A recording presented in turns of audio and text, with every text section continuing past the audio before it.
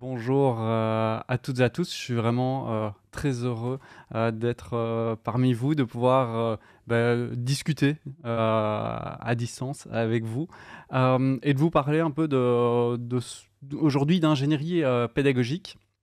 Parce que je suis peut-être dans les intervenants, celui qui est le plus éloigné de l'enseignement des langues, mais vous allez voir que je vais essayer de faire un ensemble de liens. Et ce dont on va parler aujourd'hui, c'est de comment concevoir des dispositifs qui intègrent du numérique, notamment des cours hybrides ou des cours entièrement à distance, efficaces pour vous dans le cadre de l'enseignement des langues. Pour me présenter en effet très rapidement, je me définis comme Learning Experience Designer, mais je ne vais pas vous donner la définition. J'y reviendrai à la fin parce que normalement la présentation vous permettra de comprendre ce qu'est ce qu'on appelle aujourd'hui et ce que je nomme un Learning Experience Designer au sein en effet d'un studio que j'ai fondé il y a 2 ans à travers lequel j'accompagne des établissements d'enseignement, des organismes de formation et des ONG à développer des innovations pédagogiques avec une démarche que je vous présenterai dans le cadre de cette présentation.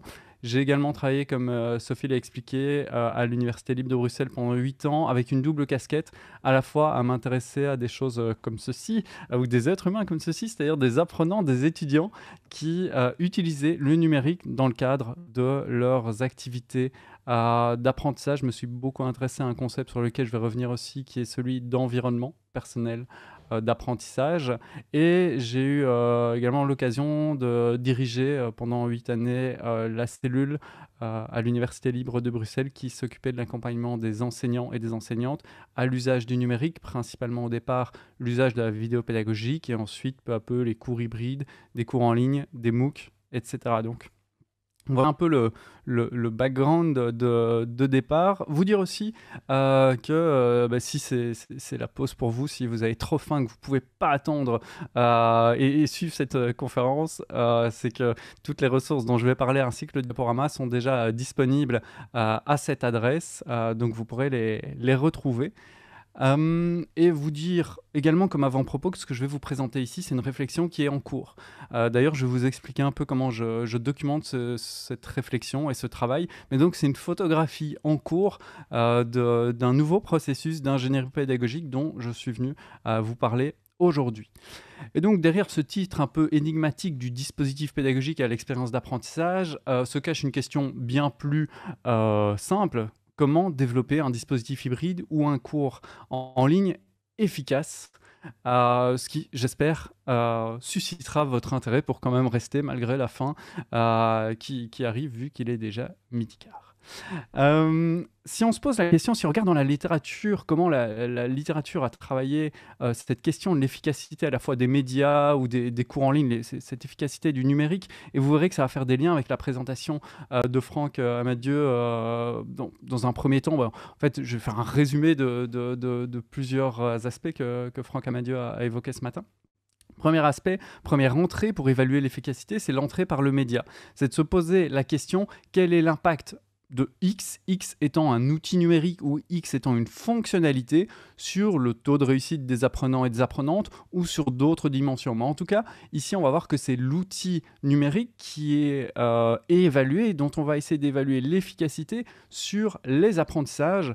Et dans les travaux vraiment que je vous conseille d'aller regarder dans ce domaine, et Franck Amadieu l'a cité, c'est cet ouvrage de Richard Mayer sur les principes multimédia et l'apprentissage et toute une série de principes pour concevoir des médias ou des éléments multimédia qui respectent des pratiques et qui vont permettre un apprentissage efficace. Donc ça, c'est cette première entrée, c'est celle par le média. L'efficacité ou la qualité, un bon cours en ligne, c'est un cours en ligne qui va intégrer des médias bien créés et bien conçus.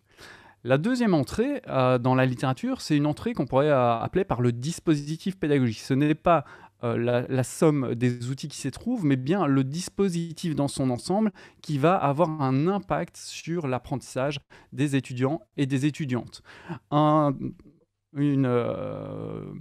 travail qui a été particulièrement important dans cette entrée-là, c'est le travail de l'équipe iSup sur l'effet des dispositifs hybrides. Et au départ, ils se sont posé la question de l'effet des plateformes d'apprentissage ces effets-là, ils les ont conceptualisés et ils ont conceptualisé ça sous un concept qui était le concept de dispositif hybride, un dispositif qui mixe à la fois des moments d'enseignement en présence et à distance. Suite à ça, ils ont interrogé pas mal d'enseignants avec un ensemble de questionnaires, etc.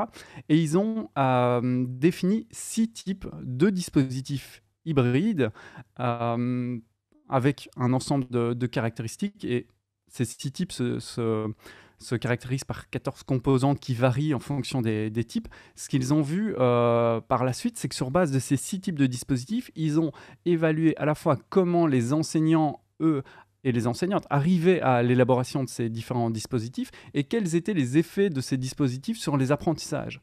Et donc ici, vous voyez en très résumé ces 6 types de dispositifs. Si je caricature un peu leurs résultats, ce qu'ils ont montré, c'est que entre le dispositif qu'ils ont appelé la scène, qui est un dispositif principalement transmissif, jusqu'à le dispositif le plus centré sur l'apprentissage des étudiants intégrant beaucoup de numérique qu'ils ont appelé l'écosystème, on va voir qu'on va avoir des changements en termes de stratégie d'apprentissage. D'un côté, plutôt observer des stratégies d'apprentissage en surface chez les apprenants, alors que de l'autre côté, on va voir que les apprenants mettent plutôt en œuvre des stratégies d'apprentissage plus en profondeur.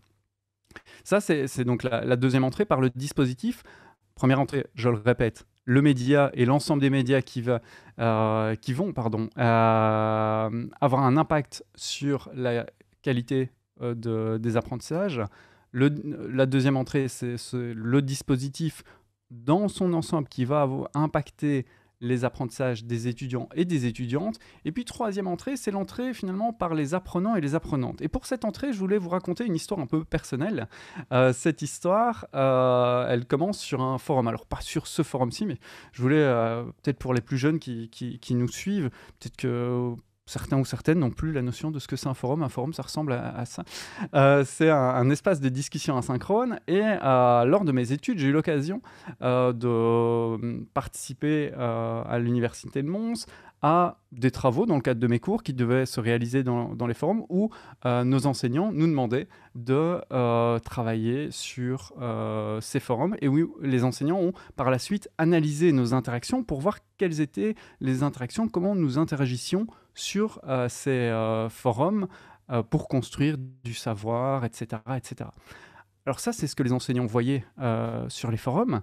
Derrière ça, ce qu'ils ne voyaient pas nécessairement, c'est que nous, on utilisait un autre logiciel, peut-être aussi certains et certaines s'en souviennent, Windows Messenger, l'équivalent des outils actuels qui permettaient de faire du chat synchrone. Et donc, ce qu'on faisait, vu que nous savions que nos propos allaient être observés sur les forums, ce qu'on faisait, c'est qu'on préparait nos propos en sous-groupe à travers cet outil de chat synchrone. On définissait qui allait dire quoi, à quel moment, et ensuite on allait copier-coller nos propos sur la plateforme. Et donc là, il y a toute une partie de l'apprentissage qui n'est pas observable sur la plateforme, et finalement, ce que ça a permis de montrer, et ça a été le point de départ en tant qu'étudiant de ce que j'ai analysé par la suite, ce sont ces fameux environnements personnels d'apprentissage. C'est le fait que les étudiants eux-mêmes vont construire un environnement en mobilisant des artefacts numériques, non numériques et humains. Donc ils vont se concevoir un environnement dans le cadre de leurs apprentissages auxquels les enseignants n'ont pas nécessairement accès. Et le problème, pour revenir à l'efficacité des dispositifs, c'est que cet environnement et la manière dont les étudiants vont élaborer cet environnement va avoir un impact sur leurs apprentissages. Alors on remonte, enfin on revient dans un temps plus actuel, on parle plus de forum, etc. Mais il y a 3 ans maintenant, il y a eu ce petit article dans Le Monde sur une analyse de l'usage de la bande passante à l'université Lyon 3. Et ce que cet article avait montré, c'était que l'outil le plus utilisé à près de 25% sur le réseau de l'université, c'était Facebook. Mais derrière, ce que l'article montrait, c'était que Facebook était utilisé à des fins d'apprentissage pour travailler en sous-groupe, consulter des documents, partager des documents.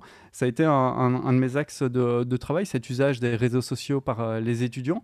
Mais ce que ça m'a permis de remarquer, je vais passer sur tout ça, c'est pour arriver à ceci, c'est que lorsqu'on est dans un dispositif numérique de formation, les compétences en littératie médiatique numérique des étudiants, donc leurs compétences numériques en quelque sorte, mais pour s'approprier ces différents médias, à la fois les médias du dispositif numérique, mais aussi les médias qui vont faire partie de leur environnement, ces compétences-là vont engendrer un impact sur leur stratégie d'apprentissage et on va avoir des étudiants qui vont avoir des stratégies plus en surface lorsqu'ils maîtrisent moins bien les outils de leur environnement personnel d'apprentissage et d'autres qui vont avoir des stratégies plus en profondeur dans le cadre de leurs apprentissages. Donc, ce qu'on peut observer ici, c'est que même si vous concevez les meilleurs médias, que vous concevez le meilleur dispositif pédagogique, lorsque les étudiants et étudiantes vont y accéder, ils vont également se créer leur propre environnement pour y accéder, pour apprendre dans ce dispositif. Et de ce point de vue-là, cet environnement personnel d'apprentissage va avoir un impact sur leur stratégie et leur manière d'apprendre. Et on revient également à la notion dont Franck Amadieu parlait ce matin, celle de la perception des étudiants. Je vais vous passer à nouveau ces exemples-là, j'y reviendrai peut-être après. Je voulais vous parler d'abord de ce petit graphique. Ce petit graphique, c'est le résultat d'une partie d'un questionnaire qu'on a fait passer auprès d'étudiants, des étudiants qui avaient vécu un cours en classe inversée. Dans ce cours en classe inversée, pour le résumer, encore une fois assez caricaturalement, l'enseignant proposait des vidéos et des activités de type quiz, lecture, et ça se résumait plus ou moins à ça, en amont des séances en présentiel et lors des séances en présentiel, ce que l'enseignant a proposé, c'était des études de cas, de la résolution de problèmes, des anamnèses, des jeux de rôle, parce que c'était un cours de psychologie. Ce qu'on peut voir dans ce graphique, qui est un peu un patchwork de couleurs, c'est que les étudiants qu'on a interrogés sur leur perception du cours, on peut voir que la perception des étudiants qui ont suivi le même cours va être très différente d'un étudiant à l'autre. Donc, de ce point de vue-là, la perception va impacter l'expérience d'apprentissage des étudiants. Et on va voir que les étudiants n'ont pas la même perception du cours qu'ils ont vécu. Dans le cadre de ce cours, on a fait un autre constat paradoxal dont Franck Amadieu parlait ce matin. C'est le paradoxe entre l'efficacité réelle et l'efficacité perçue. En termes d'efficacité perçue, ces étudiants qui vivaient un cours en classe inversée, ils se sentaient pas très efficaces. Ils avaient des difficultés, ils trouvaient qu'ils travaillaient beaucoup pour finalement pas grand-chose. Et donc, c'est vraiment, de leur point de vue, ce dispositif n'était pas efficace. D'ailleurs, ils l'ont évalué assez négativement. De l'autre côté, nous, pendant ce temps-là, on a analysé leur stratégie d'apprentissage, la manière dont ils s'appropriaient la matière, etc. Ce qu'on a vu entre deux cohortes, c'est que les étudiants ont vraiment, du moins ceux qui ont persévéré dans ce dispositif, ont commencé à développer des stratégies d'apprentissage plus en profondeur que lorsque le cours était anciennement plus ex cathedra, magistral, etc. Et donc là, il y avait un paradoxe entre ce que les étudiants eux-mêmes percevaient et l'efficacité réelle qui ressortait de ce dispositif. Et là, dans ce paradoxe, il y a quand même un problème en quelque sorte d'ingénierie pédagogique, c'est que si l'efficacité perçue des étudiants ne perdure pas, ce qu'on va observer, c'est que ce sont des étudiants qui ne vont pas persévérer. Et donc, il faut réfléchir en termes d'ingénierie pédagogique à comment on peut augmenter l'efficacité perçue du point de vue des étudiants pour qu'ils persévèrent dans ce dispositif et que ça se transforme finalement en efficacité réelle. Là, vous êtes en train de me dire, mais quoi? Enfin, on ne comprend pas. Tu as commencé à nous dire comment on conçoit un bon dispositif. Au départ, ça avait l'air simple, c'était juste concevoir des bons médias. Puis tu as dit, bon, c'est peut-être un peu moins simple, c'est plutôt concevoir un bon dispositif dans son ensemble avec une série d'ingrédients. Et maintenant, tu nous dis que même si on conçoit un bon dispositif pédagogique, peut-être que les étudiants vont se l'approprier, pas réellement percevoir ce qui est bien dans ce dispositif, pas avoir une bonne perception de leur propre efficacité. Bon, qu'est-ce qu'on peut faire en tant qu'enseignant ou enseignante. Et là, j'ai eu la même question que vous il y a quelques années, et j'ai été m'inspirer un peu ailleurs, parce que j'aime bien m'inspirer dans d'autres domaines, et j'ai principalement été m'inspirer dans le domaine du design, de la conception de manière générale. Et je voulais, cette inspiration, je voulais vous raconter l'histoire de l'aéroport de Houston et la manière dont l'aéroport de Houston a repensé son système de dépôt de bagages, enfin plutôt de réception des bagages pour les personnes qui venaient à l'aéroport de Houston. Vous allez vous dire quel est le lien, mais vous allez très vite comprendre le lien. Alors, le problème à Houston, c'est qu'ils ont remarqué que les personnes qui prenaient l'avion et qui atterrissaient ensuite à Houston, ces personnes avaient un avis très négatif sur le temps d'attente de leurs bagages dans le terminal. Donc, ils ont commencé à travailler, à essayer d'améliorer le dispositif. Ils ont d'abord eu, et vous allez voir que dans ce domaine-là, comme dans l'éducation, on a suivi les trois en même temps, ils ont d'abord eu une entrée technologique. Donc, ils ont cherché à améliorer l'outil de transfert et de mise à disposition des bagages. Donc là, on s'était concentré sur l'outil, un peu comme les principes de Mayer, et on a essayé d'améliorer cet outil-là pour rendre l'outil plus efficace. Ce qu'ils ont remarqué, c'est que après mise à disposition de cet outil et nouveaux tests auprès des passagers, la satisfaction n'était pas meilleure. Ils ont ensuite retravaillé, et là, ils ont une entrée plutôt dispositif. Ils ont essayé d'améliorer le système complet, le système dans son ensemble, en formant le personnel, en développant de nouveaux processus du côté du personnel pour que le transfert des bagages soit plus rapide, en gérant mieux l'ensemble du système. Et si je me souviens bien des chiffres, je crois qu'on est passé d'une vingtaine de minutes à 7 minutes pour la mise à disposition des bagages aux passagers qui venaient d'atterrir. Donc quand même un gain assez important. Ils testent la satisfaction auprès des utilisateurs, et là, la satisfaction est toujours aussi mauvaise. Et donc là, on est déjà dans un premier paradoxe, c'est qu'on vient de gagner 13 minutes, mais la satisfaction n'est pas meilleure. Et ils ont eu ensuite une entrée par l'expérience ou par les apprenants, alors ici plutôt par les passagers. Et ce qu'ils ont fait, c'est qu'ils ont d'une certaine manière amélioré l'expérience en la dégradant. En fait, ils ont repensé le problème auquel ils faisaient face. La question au départ qui se posait, c'était comment peut-on améliorer ou augmenter la vitesse de mise à disposition des bagages.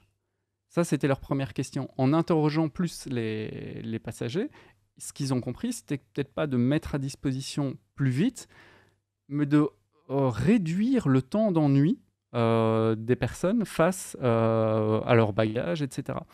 Et donc là, ce qu'ils ont remarqué, c'est qu'en fait, le taux de satisfaction, il dépendait d'une variable qu'ils n'avaient pas observée au départ, qui était le lieu où l'avion se parquait. Plus l'avion était parqué loin, plus le taux de satisfaction était bon. Ce qu'ils ont donc remarqué, c'est que plus les personnes passaient du temps dans l'aéroport à arriver jusqu'au terminal, moins ils avaient donc de temps face à leur bagage, plus vite, meilleure était leur satisfaction. Donc ce qu'ils ont fait par la suite, c'est redévelopper un système de parcours dans l'aéroport pour occuper en quelque sorte les personnes entre le moment où elles sortent de l'avion et la réception de leur bagage. Elles arrivaient au moment de réception de leur bagage, elles attendaient 1 ou 2 minutes et ensuite leur bagage arrivait. Et là, le taux de satisfaction avait été vraiment grimpé. Et donc d'une certaine manière, on a amélioré l'expérience en la dégradant. Derrière ça, plusieurs principes, et ce sont ces principes qu'on va réutiliser dans la manière dont on pense nos dispositifs de formation. D'une part, les tests utilisateurs et utilisatrices se basaient sur des retours utilisateurs et de fonctionner par itération. À chaque fois, recommencer et améliorer au fur et à mesure. Reformuler le problème, c'est passer d'un problème qui est comment améliorer ou augmenter la vitesse de mise à disposition à comment éviter ou comment occuper les passagers et qu'ils s'ennuient moins face à l'attente de leur bagage. De la collaboration qui était aussi importante entre différents services et différentes personnes au sein de l'aéroport, et puis de l'empathie, de la prise en compte vraiment des personnes en essayant de comprendre comment ces personnes, les passagers, vivaient elles-mêmes l'expérience, plutôt que d'avoir une approche très pragmatique de on réduit le temps, donc la personne va être plus contente. En fait, non, pas nécessairement. Et donc ça, tous ces différents principes, on peut les résumer dans une approche de conception qui s'appelle le design thinking, qui est une approche de conception centrée sur les utilisateurs et qui a donné naissance, il y a quelque temps, à ce qu'on appelle le Learning Experience Design, ou la conception d'expériences d'apprentissage. C'est une modalité d'ingénierie pédagogique qui est à la croisée de cette ingénierie pédagogique, de l'UX design ou du design d'expérience utilisateur, donc de la conception en fonction des besoins utilisateurs, et du design également d'interface, notamment dans les cours en ligne, de repenser aussi les interfaces des cours en ligne. Et donc c'est aux confins de ces trois dimensions. Et c'est une démarche de laquelle je me suis inspiré et qui me permet aujourd'hui de développer une nouvelle manière de penser l'ingénierie. Les piliers, vous les avez compris, je vais aller très rapidement là-dessus. C'est conception centrée sur les utilisateurs et utilisatrices.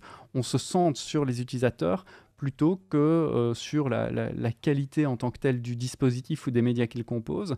L'intelligence collective, c'est aussi d'être à plusieurs lorsqu'on conçoit, pour réfléchir à plusieurs. Et puis, une dimension qui est importante que j'ai ajoutée parce qu'elle m'a beaucoup frustré lorsque j'accompagnais des projets d'innovation pédagogique, c'est une démarche Lean, une démarche qui va permettre d'aller très rapidement de l'idée à l'évaluation. Habituellement, dans un dispositif d'innovation pédagogique, et prenons un cours en ligne ouvert et massif, un MOOC, vous avez l'idée, vous commencez à concevoir, vous lancez et puis vous évaluez la première cohorte.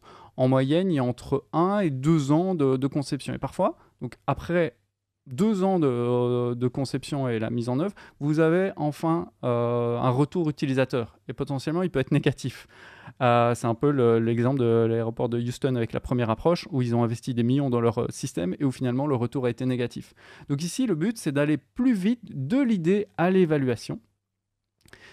Et des ingrédients dans cette démarche, vous l'avez compris également, le design thinking et qui a ces 5 étapes, mais je vais revenir tout de suite, et l'ingénierie pédagogique. Et vraiment avoir un apport de ces deux mondes, des principes de conception issus du design avec une approche utilisateur, intégrés dans une approche d'ingénierie pédagogique basée également sur tous les travaux scientifiques qui ont été menés dans le domaine.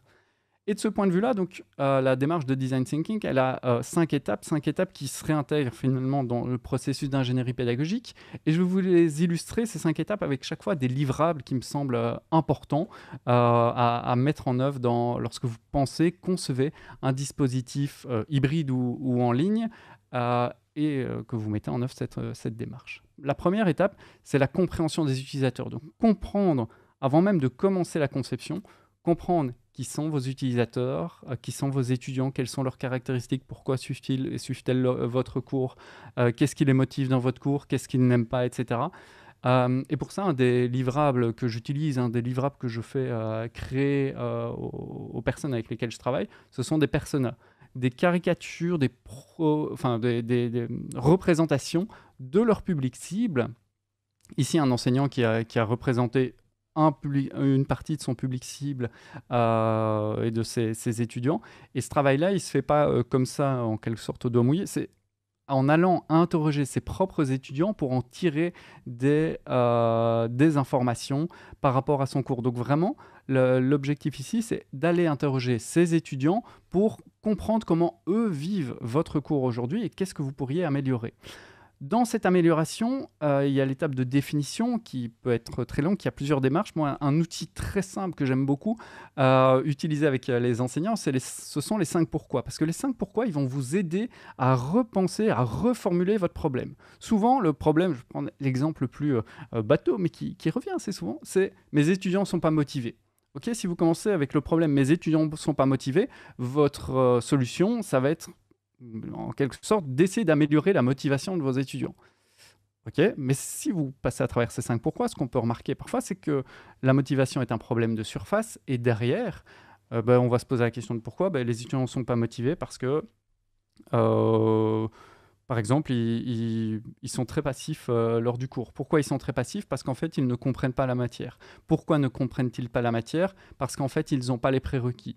Alors là, je n'ai pas fait les 5 pourquoi dans mon exemple, j'arrive ici aux prérequis, c'est de se dire que le problème, ce n'est pas la motivation de vos étudiants, ce sont leurs prérequis à suivre votre cours. Et donc là, c'est de reformuler ce problème, non plus en comment améliorer la motivation, mais comment fournir à mes étudiants les prérequis nécessaires pour qu'ils suivent mon cours dans de bonnes conditions. Donc redéfinir le problème de votre dispositif, sous un sens qui va être pertinent et qui convient, enfin qui est lié aux besoins de vos étudiants, de vos utilisateurs, utilisatrices. L'étape d'imagination, alors l'étape d'imagination, c'est en quelque sorte ouvrir les chakras, aller voir tout ce qui peut se faire, les outils qui sont possibles. Mais ce qui va être important, c'est d'imaginer par étapes, de manière itérative, en faisant des scénarios qui vont permettre de représenter, comme vous le voyez à l'image, l'expérience des utilisateurs, des utilisatrices. Donc vraiment se dire comment est-ce que l'apprenant, étape par étape, va vivre le dispositif que je lui propose, et de commencer à représenter ça peut-être d'abord par des post-it, aller interroger les participants suite à ça, retravailler sur son scénario et vraiment designer votre dispositif dans une approche qui est celle de comment vos étudiants et étudiantes vont vivre votre dispositif plutôt qu'une approche d'ingénierie pédagogique centrée sur la pédagogie en tant que telle. Ça ne veut pas dire qu'on enlève la partie pédagogique, mais qu'on remet l'utilisateur et l'utilisatrice au centre. Quatrième étape, le prototypage. Le prototypage, c'est le fait de se dire une innovation pédagogique, parfois elle peut, comme je le disais, mettre plusieurs années à être développée, à être mise en œuvre. Ce que je vous propose, c'est d'essayer très rapidement de prototyper, de faire des choses très rapides qui permettent de tester si votre solution, déjà si votre question était la bonne, et si votre solution va être mise en œuvre par les utilisateurs. Alors peut-être deux exemples de ce point de vue-là. Je voulais vous montrer, alors je ne sais pas si j'aurai le temps de vous montrer ceci, et je vais peut-être arrêter mon partage pour quelques secondes et vous repartager plus proprement. Voilà ceci, j'espère que ça ne fait pas de soucis techniques, ça a l'air de suivre. Le prototypage, on peut le faire à travers des outils comme ceci. Sont donc des outils qui vont permettre de créer un parcours, mais un parcours qui va être juste basé sur des images. Donc l'utilisateur ou l'utilisatrice va avoir l'impression qu'elle est en train de vivre un parcours d'apprentissage. Ici, on a l'impression d'être sur un cours en ligne, mais lorsqu'on va cliquer, en fait, on ne peut pas cliquer partout. On a même du texte en latin, c'est normal, c'est parce qu'on n'avait pas eu le temps de développer le texte, mais on va comme ça pouvoir tester la navigation, tester la manière dont le contenu est proposé aux utilisateurs. Et donc, soit on le fait avec des outils comme ceux-là qui permettent de tester ça, on le fait parfois juste à travers du PowerPoint, soit on va tester à travers des exemples assez faciles. Ici, j'ai travaillé avec un groupe de pharmaciens qui souhaitaient faire des jeux de rôle à distance. La manière dont on a mis ça en œuvre, c'est à travers des petites vidéos interactives qu'ils filment eux-mêmes grâce à leur smartphone, où ils vont eux-mêmes jouer les acteurs et où ensuite ils vont utiliser un logiciel open source qui s'appelle H5P pour rendre cette vidéo interactive, comme vous allez pouvoir le voir. Je vais peut-être vous couper le son parce que le son n'a pas grand intérêt cette fois-ci, où on va voir ici une personne qui arrive, qui pose une question à l'officine et on va avoir tout un jeu de rôle ici juste sur 2 questions, après ça dépend des exercices, et on va proposer ça aux utilisateurs, enfin on va leur proposer de répondre à des questions. L'intérêt d'H5P, c'est qu'on peut créer une vidéo interactive où vous allez envoyer la personne à d'autres endroits de la vidéo en fonction de la réponse que la personne a donnée. Donc vraiment, et juste donc sur cette dimension, enfin sur cet aspect-ci, c'est un prototype parce qu'on l'a réalisé très rapidement. On ne s'est pas dit on va créer plein de jeux de rôle, etc. Non, on l'a créé, je les ai fait créer à travers un smartphone, un outil open source. On a mis ça à disposition de quelques personnes. On a eu du retour utilisateur. On a retravaillé à la fois des aspects plus techniques et des aspects plus pédagogiques comme le feedback qui était proposé aux personnes, l'analyse de leurs réponses, etc. Et donc il y a eu tout ce travail-là et ces réponses-là, on les a eues grâce au fait de prototyper. Plutôt que de créer de manière quasi industrielle une série de ressources, on a juste créé quelques-unes très rapidement. On les a mises entre les mains des utilisateurs et ensuite on a conçu le dispositif. Dernier élément, mais en fait ce dernier élément était déjà présent dans ce que j'étais en train de vous présenter, c'est le test. Ne pas oublier, ne pas hésiter à tester ce que vous mettez à disposition de vos étudiants très rapidement et de le tester, encore une fois, avec l'idée de prototype. Un dernier prototype dont je voulais vous parler, vu que je vois le temps, on va arriver aux conclusions. C'est celui de ce MOOC, cours en ligne ouvert et massif, qu'on avait développé à l'ULB. Dans ce MOOC, on a voulu développer un système qui permettait aux personnes de poster des photos de fautes de français qu'ils pouvaient observer dans la rue, de les analyser, par rapport à ça, d'avoir certains scores, d'avoir des badges. Ça peut paraître un système qui est très compliqué et potentiellement compliqué à développer. La manière dont on l'a développé dans sa première version, ça a été de le faire à travers Instagram. On a proposé aux personnes de poster sur Instagram avec un hashtag particulier les photos de fautes de français. Ces hashtags étaient ensuite analysés, les photos étaient analysées. On fournissait une série de points par rapport à ça et de feedback par rapport aux photos qui étaient postées. Et donc, cet exemple-là, c'est vous montrer que un développement n'est pas forcément nécessaire. On peut se baser sur des outils qui existent déjà pour tester.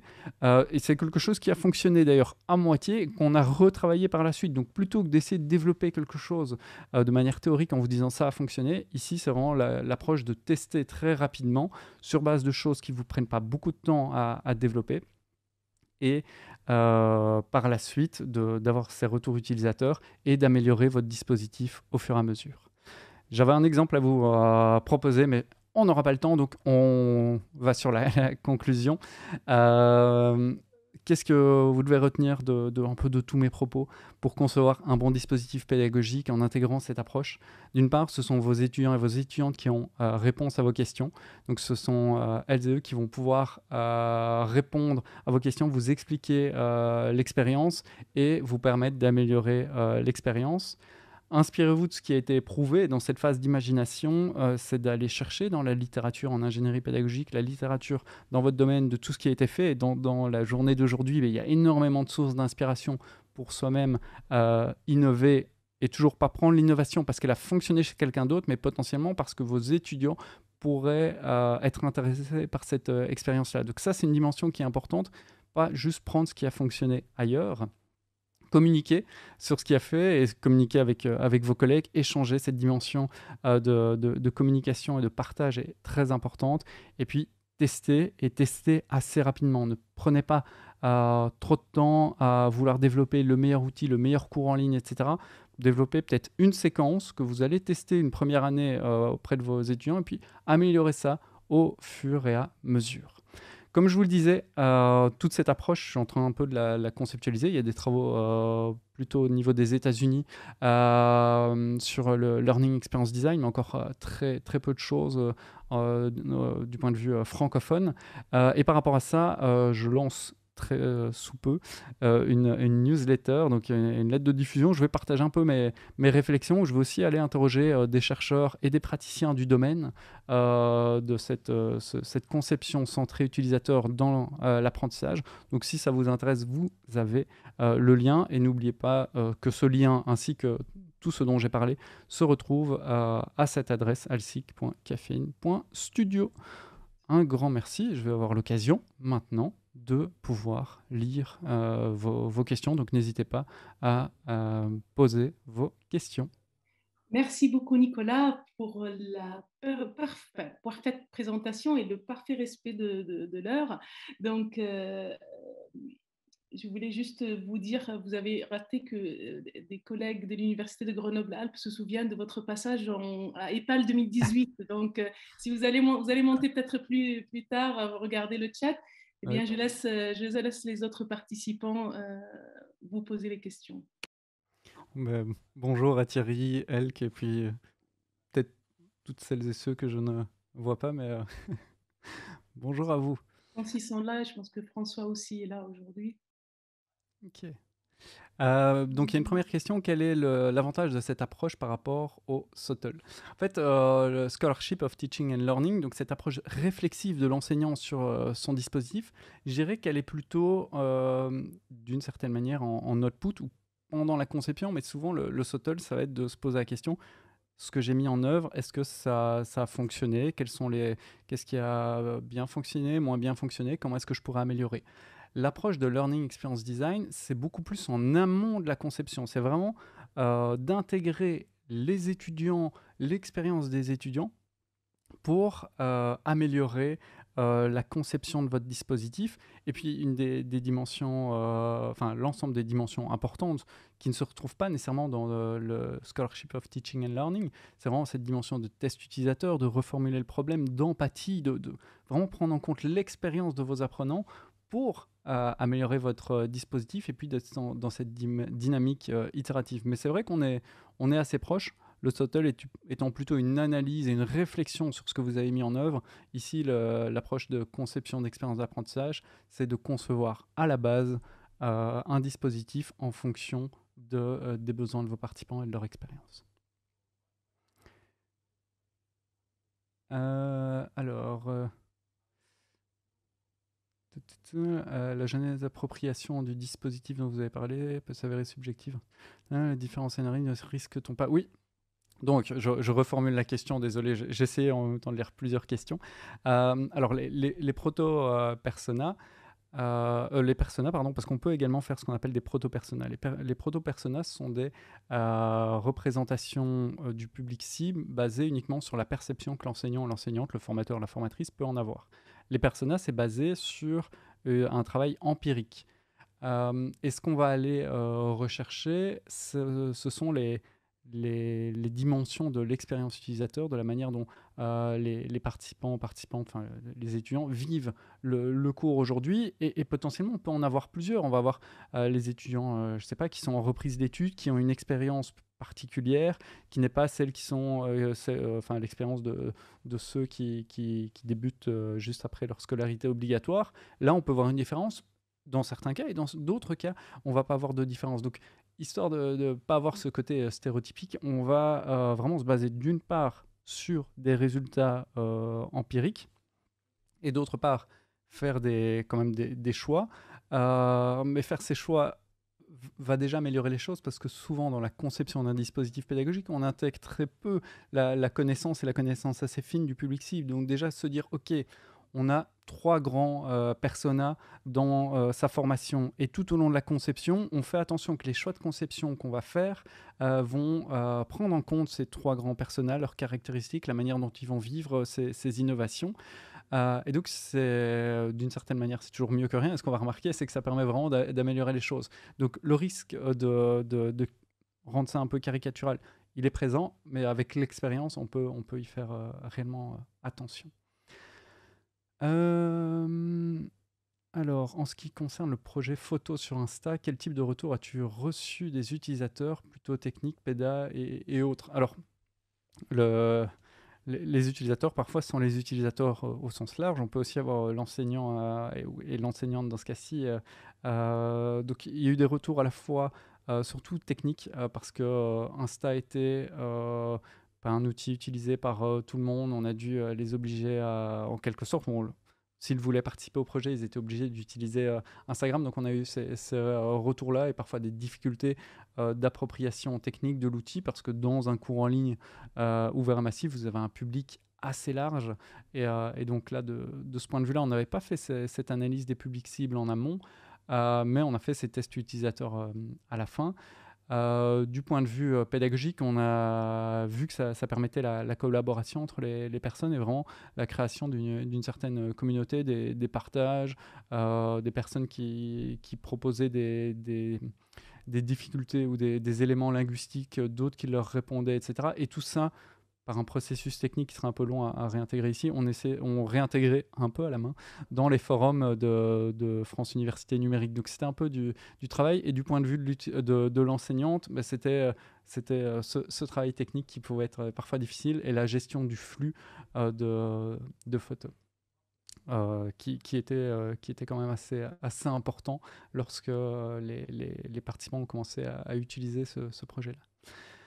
Alors, Je bonjour pense une Dora. dernière question, voilà. La dernière question alors de Dora. Selon ton expérience, combien de temps a-t-on besoin pour mettre en place un tel dispositif? En fait, ça dépend. Et vous retrouverez dans le lien alsic.caffeine.studio, vous avez un lien vers mon carnet en ligne. Et là-dedans, il y a un article qui décrit une approche que j'ai développé, mais qui se base sur une approche existante, qui s'appelle le Learning Experience Design Sprint.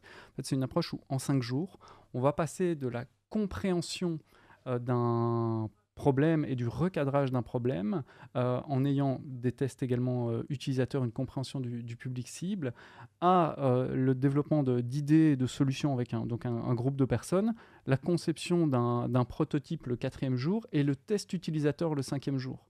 Et donc ça, très rapidement, ça permet vraiment dans ces 5 jours de passer du problème qu'on a recadré à un test utilisateur et de permettre ensuite de repenser tout son dispositif et de continuer la conception. Donc ça, je dirais que c'est le temps le plus court. Après, ça dépend vraiment des projets. Et ce que je vous invite vraiment, c'est à avoir cette approche granulaire. Si vous repensez un dispositif pédagogique, c'est pas forcément de repenser l'ensemble du dispositif, mais ou de repenser d'abord théoriquement pour les phases de compréhension, de définition, etc. Vous pouvez penser l'ensemble du dispositif, mais quand vous allez passer au prototypage, c'est vous dire, je prends, comme je le disais tout à l'heure, 1, 2 séquences de mon dispositif, j'innove dans ces séquences de manière cohérente à ce que j'ai pensé en amont, et c'est ça que je teste auprès des utilisateurs et pas l'ensemble du dispositif. Donc cette temporalité, elle peut être gérée. Euh, voilà pour cette réponse-là. Mais vous avez mes coordonnées si vous avez encore des questions, vu que le temps nous est compté et surtout la pause arrive. N'hésitez pas à me contacter. C'était un plaisir de vous faire cette présentation, de discuter à distance avec vous. Merci beaucoup, merci Nicolas pour Merci votre encore. présentation et pour votre participation.